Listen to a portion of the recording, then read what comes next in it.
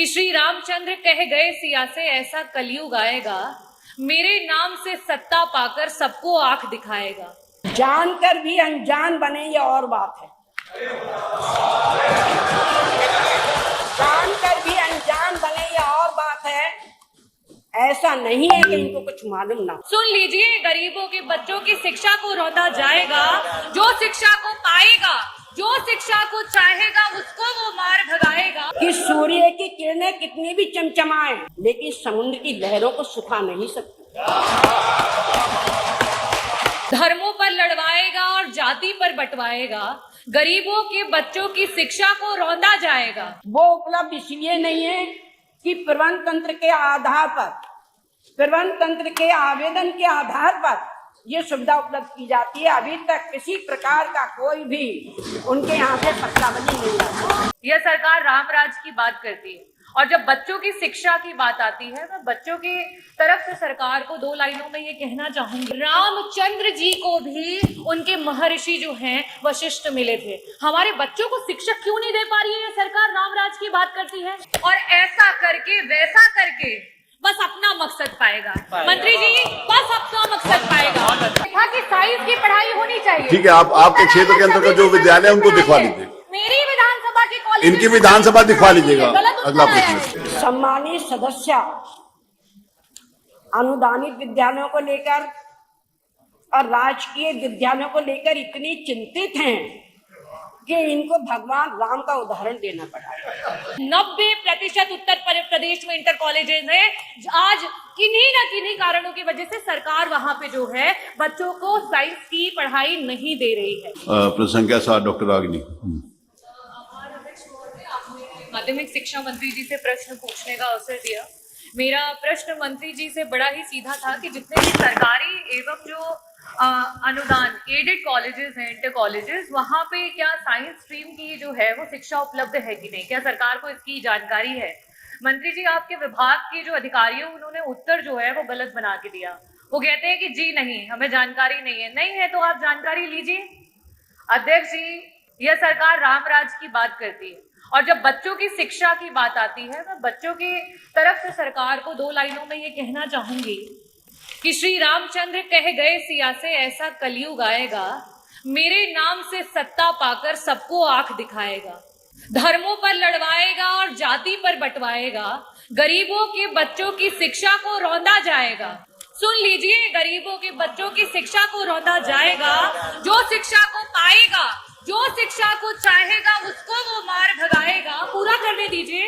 और ऐसा करके वैसा करके बस अपना मकसद पाएगा। मंत्री जी बस अपना मकसद पाएगा।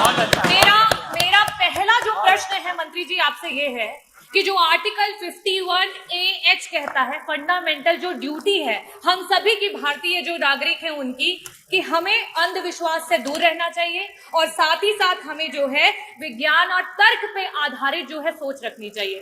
जब हमारे बच्चों के पास विज्ञान की शिक्षा ही नहीं रहेगी, और मैं ये कहना चाहूंगी कि आपका जो डेटा है, आपका जो उत्तर है वो इतना गलत है कि मैं मछली शहर के Khoyri inter college, Utrai inter college, Gohka inter college, Baderi inter college, Mogalpur inter college और ना जाने इतने इंटर कॉलेजेस, 90% उत्तर प्रदेश में इंटर कॉलेजेस हैं। आज किन्हीं न किन्हीं कारणों की वजह से सरकार वहां पे जो है बच्चों को साइंस की पढ़ाई नहीं दे रही है। मेरा पहला प्रश्न आपसे ये है कि इन इंटर कॉलेजेस में क्या साइंस की शिक्षा को लागू किया जाएगा? 1982 से लेकर के जहां 22 लाख बच्चे होते थे जो 11-12 की पढ़ाई करते थे, आज वो 55 लाख हो चुके हैं। लेकिन आपके जो टीचर्स के पद हैं वो सृजन ही नहीं हो पाए हैं। श्री रामचंद्र जी को भी उनके महर्षि जो हैं वशिष्ठ मिले थे। हमारे बच्चों को शिक्षा क्यों नहीं दे पा रही है ये सरकार? रामराज की बात करती है।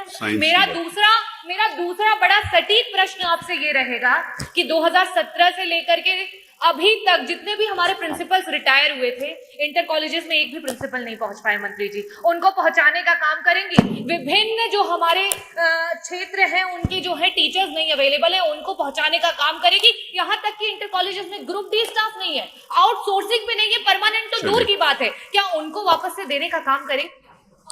मंत्री जी, ये जो साइंस से संबंधित है ना, उसी का उत्तर दे दीजिए, क्योंकि प्रश्न वही है, मूल प्रश्न वही है। आदरणीय अध्यक्ष जी, सम्मानित सदस्य अनुदानित विद्यालयों को लेकर और राजकीय विद्यालयों को लेकर इतनी चिंतित हैं कि इनको भगवान राम का उदाहरण देना पड़ा। जानकर भी अनजान बने ये और बात है। जानकर भी अनजान बने ये और बात है। ऐसा नहीं है कि इनको कुछ मालूम ना हो।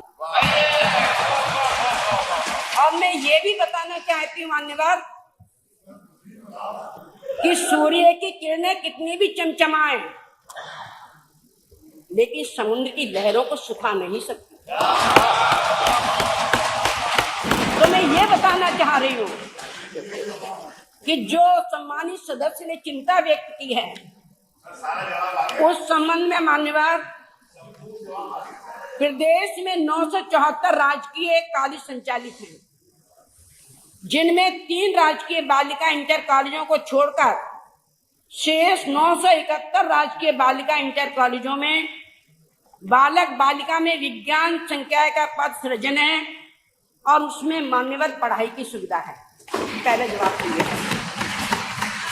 दूसरा, मान्यवर प्रदेश में 487 अनुदानित इंटर कॉलेज संचालित हैं, जिसमें 2683 अनुदानित इंटर कॉलेजों में विज्ञान संकाय की पढ़ाई की सुविधा उपलब्ध है तथा 1404 अनुदानित इंटर कॉलेजों में विज्ञान संकाय की सुविधा उपलब्ध नहीं है। वो उपलब्ध इसलिए नहीं है कि प्रबंध तंत्र के आधार पर, प्रबंध तंत्र के आवेदन के आधार पर ये सुविधा उपलब्ध की जाती है। अभी तक किसी प्रकार का कोई भी उनके यहाँ से पत्रावली नहीं आता। धन्यवाद।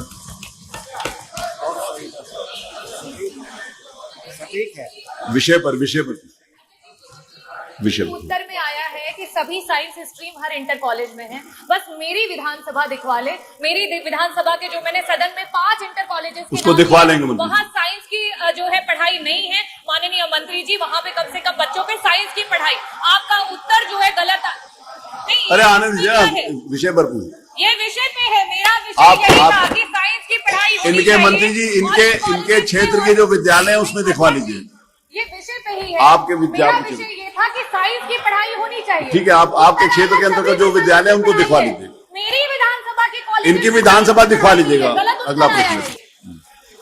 गलत उत्तर आया। मंत्री जी, इनकी विधानसभा के जो विद्यालय बताए हैं, आप जो विद्यालय का इन्होंने बताया है उसमें दिखवा लीजिए। अगर उसमें कोई आवेदन आया है तो उसको प्रोसेस करवाइए। धन्यवाद। अगला प्रश्न भी आप ही का उत्तर आप दें। डॉक्टर आर के वर्मा।